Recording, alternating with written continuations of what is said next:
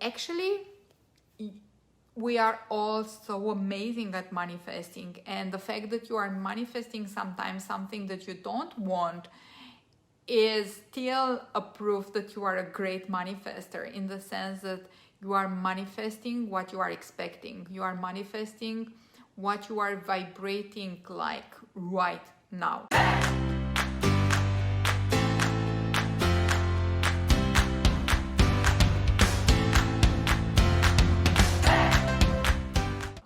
And it also means that you can always change your mind, you can always pivot, you can always shift your expectations, your vibration, and get a different result. But what I'm challenging you here to feel into is that even when you receive things that are not in line with what you want, you are still a great manifester. And those particular things that you are receiving or seeing in your reality are amazing manifestations of limiting beliefs, of negative expectations that you have now once again the opportunity to dig into and to check and get clarity upon, so that you can then shift. Having said that, for instance, if you want, I don't know, because it's a big thing, 5-figure amount, right? I see that so many people are making such a big, scary, important goal out of these 5-figure amounts. And by the way, this is one of the things that I was sharing today with one of my clients. If you want a goal to feel more achievable, don't make it 10K, like, right? Because that could be really scary. Make it 12K or 11K or 9,700K, not K, $9,700, right? Whatever that feels less scary than 10K. Anyway, let's say you want to manifest that number, whatever that number is, and you don't get it. Well, you are still a magnificent manifester, because you manifested what you expected, what you believed was possible for you right now, and what you felt that you deserved. So when you look at the result of your manifestation, you can use it, instead of using it to say, I suck at manifesting, I always get something else than what I want. Instead of using it that way, use it in order to look at it with curiosity. Like, oh, isn't it interesting that I got this result? So what does this result mean about, one, what I believe I deserve, what I believe it's possible for me right now, and what my expectations were while I was in the process of manifesting. And start being very, very honest with yourself and check, did I believe I really deserve? Do I feel I deserve it truly, deeply? And if the answer is yes, like, cool, then go to the next question. If the answer is no, then check what are exactly the stories that I'm telling myself around how much I deserve this thing that I want. And then you can start obviously shifting those stories. And then as you shift those stories, your duty is also, and responsibility is to always refocus on the new stories in order to wire them in until they become truer to you than the limiting beliefs. This is one thing. The second question was, do I believe this is possible for me right now?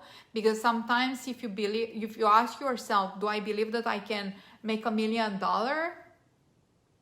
Most probably the answer is yes. I mean, do I believe I can make $1 million until the end of my life? Yeah. Do I believe I can make $1 million in the next 3 years? Yeah, I definitely believe. Do I believe I can make $1 million in the next 3 months?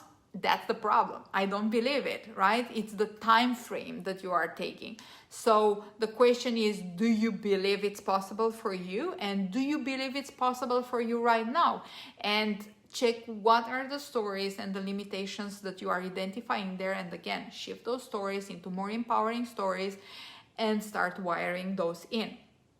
And if you feel that there is anything that triggers more emotion, ask yourself, like, why this triggers me? Why do I feel that this is with a lot charged emotionally?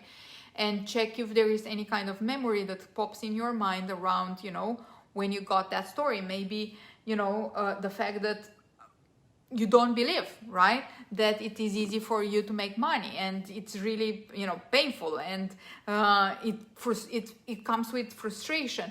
And then you can ask yourself, like, where did I get this idea that making money is hard, right? What is a memory that comes to me around money needs to be hard? And maybe you will find out, that you are remembering that moment when your parents were just fighting over money, and your mother was, making your father feel guilty that he was working so much, and whatever. I'm just, giving random examples, and you feel that that is really charged for you. So then what you need to do is to actually go to that memory, release the emotional attachment. You can use tapping, and then rewrite the story around money and what is possible for you in general, and what is possible for you right now. So this would be the second level. And the third level is, what are my expectations? If I believe I deserve, I feel I deserve it, I feel it is possible for me right now, I really, truly, deeply feel it. Then the last layer to look at are the expectations. Did I really expect it to happen? And if not, what did I expect actually instead of that? What were my expectations? I find that the most of the times when people are saying, I had so big expectations of, related to this launch, and I didn't really sell at the level of my expectations or my hopes, my question is, well, what were the real expectations? Like, when you meet that client, when you have, or that potential client, when you start that complimentary call, when you have that conversation, when you are reaching out to that person, are you just hoping? Or the question is, do you really expect the success, or you are just hoping? You are just, wanting something to happen, but you don't really truly expect it to be possible for you in that moment. So check this expectations part is really, really important, because as I am always saying, we are always manifesting through our energy, through our stories, thoughts, and through our expectations. Always.